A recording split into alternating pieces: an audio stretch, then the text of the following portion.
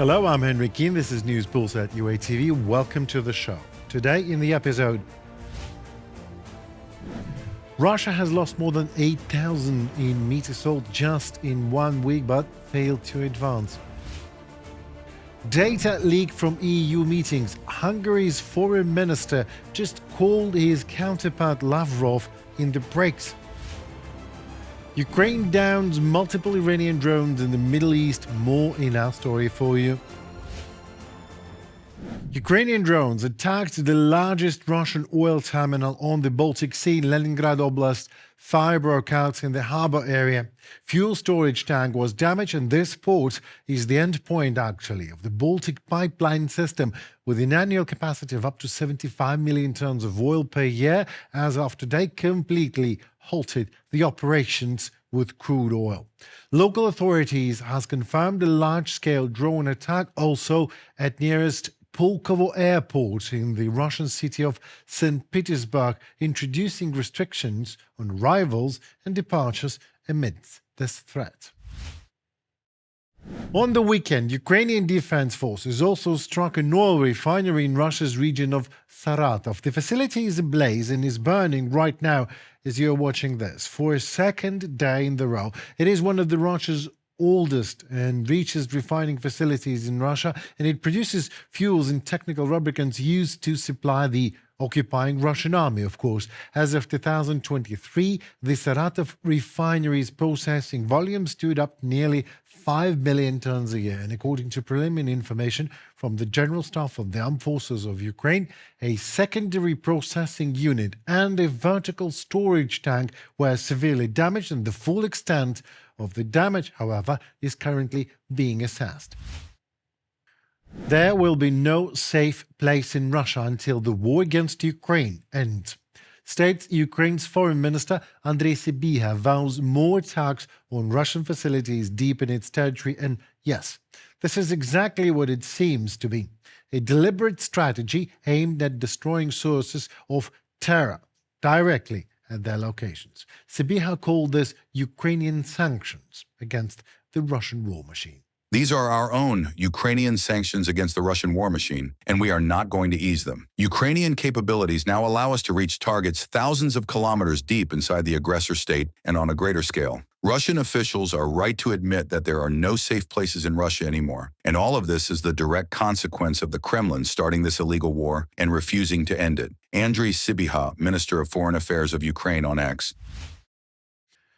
Russia has lost more than 8,000 soldiers on the battlefield last week alone. Commander-in-Chief Alexander Syrskyi says he also reports on intensification of Russian offensive activity. Syrskyi says that Russians concentrated their main effort on Pokrovsk and Alexandrivka fronts, where the highest number of Russian attacks was recorded. However, despite immense pressure and the burning out of significant amounts of reserves, the Russian command just failed in the plans.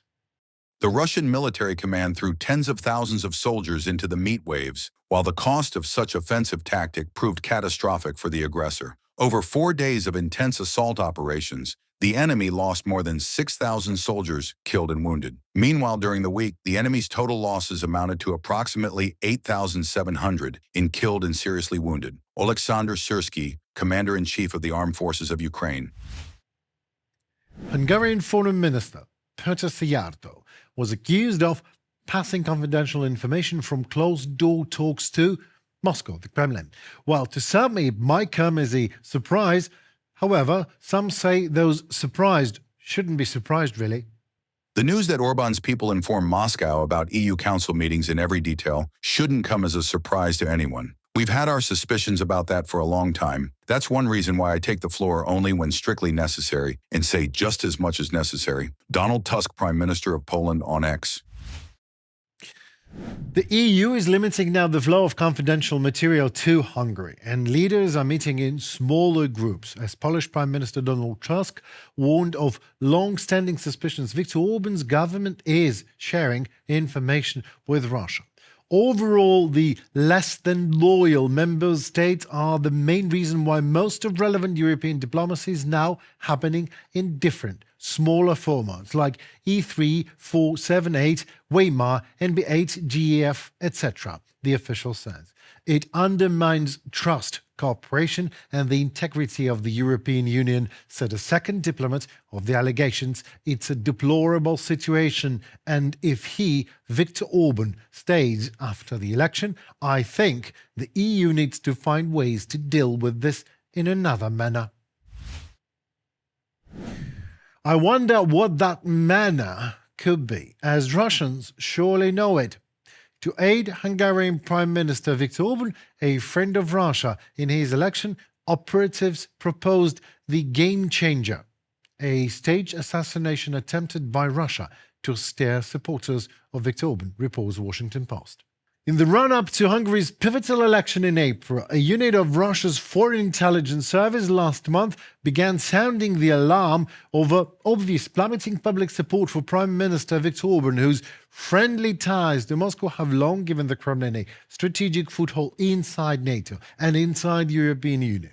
Officers from the Russian intelligence service suggested that drastic action might be necessary, a strategy the Russians called the game changer. In an internal report for Russian intelligence obtained and authenticated by a European intelligence service and reviewed by the Washington Post, the operatives proposed a way to, I quote, fundamentally alter the entire paradigm of the election campaign, the staging of an assassination attempt on Viktor Orban. Such an incident will shift the perception of the campaign out of the rational realm of socioeconomic questions into an emotional one, where the key themes will become state security and the stability and defense of the political system, from the report for Russia's Foreign Intelligence Service. P-1 Suns, cherries, octopuses and hornets. What our Ukrainian interceptors actually are, and why does everyone want them, asks BBC. Indeed, Ukraine has become a top topic in the world media, and for a good reason. The war with Iran has revealed the full danger of the Syrskyi drones and the importance of protection against them. And it is Ukraine that has the solution to the problem. Mobile fire groups, self-propelled installations of the cheetah type, anti-aircraft missile systems. All this, at a certain stage, either just does not provide the desired effectiveness against UAVs or just becomes too expensive to shoot down relatively cheap drones like Shahed. It is believed that its price, depending on the modification, can vary in the range of from $30,000 to $100,000, and this is exactly where Ukrainian interceptors literally changed the game, and not only in Ukraine. Worldwide, first successful downings registered already in the Middle East. It pisses the Kremlin off, of course, but it looks like the Ukrainian Sting interceptors are just getting started. President Volodymyr Zelensky stated that 228 Ukrainian specialists are already working in Middle Eastern countries. The head of state did not disclose any details of the mission. We're still on the job. We're here. I'd like to point out that the local air defense specialists, by the way, are quite highly skilled, but they focus more on ballistics. As for small-scale air defense specifically, how to counter massive Shahed strikes, I don't think anyone else has that kind of experience besides us. Volodymyr Zelensky, president of Ukraine, while speaking with journalists. Ukraine is expanding its defense cooperation with Qatar, the United Arab Emirates, Saudi Arabia, Kuwait, and Jordan. Kyiv is also prepared to offer the United States a major agreement on drones. This involves not only interceptors, but also maritime and long-range drones that have already proven their effectiveness, as well as knowledge sharing and training. However, the U.S. president has stated that neither Washington nor its allies in the region need cooperation with Kyiv. This is tangible assistance that could save countless lives and critical infrastructure in the Middle East. And over time, it could be expanded.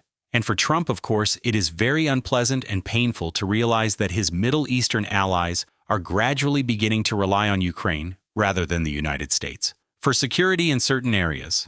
Yehor Cherniev, the deputy chairman of the Committee on National Security, Defense and Intelligence of the Verkhovna Rada of Ukraine, in Facebook. In Berlin, however, Kyiv's contribution to ensuring security in Europe and the Middle East is held in high regard. Germany has streamlined the export of certain types of air defense and naval equipment to Ukraine and the Gulf states to ensure their rapid delivery, reports Reuters. In addition to Ukraine, the new general export license covers Saudi Arabia, the United Arab Emirates, Qatar, Kuwait, Bahrain, and Oman. Under the new regulation, exporters are permitted to export goods without first having to submit an individual application to the BAFA office for export control. The regulation, which stipulates that the companies must register and deliver monthly reports, applies to goods for air and naval defense, including the disposal of sea mines, from a Reuters report. The new mechanism will significantly reduce the time taken to deliver weapons. Manufacturers will be able to conclude contracts and ship equipment within a short time frame. Deliveries themselves will become not only swift, but also predictable. According to experts, this will enable Ukraine to increase its stock of Iris-T systems in the near future, which is critically important for Ukraine's air defense. Kyiv, for its part, is ready to share unique technologies with its partners, President Volodymyr Zelensky has assured.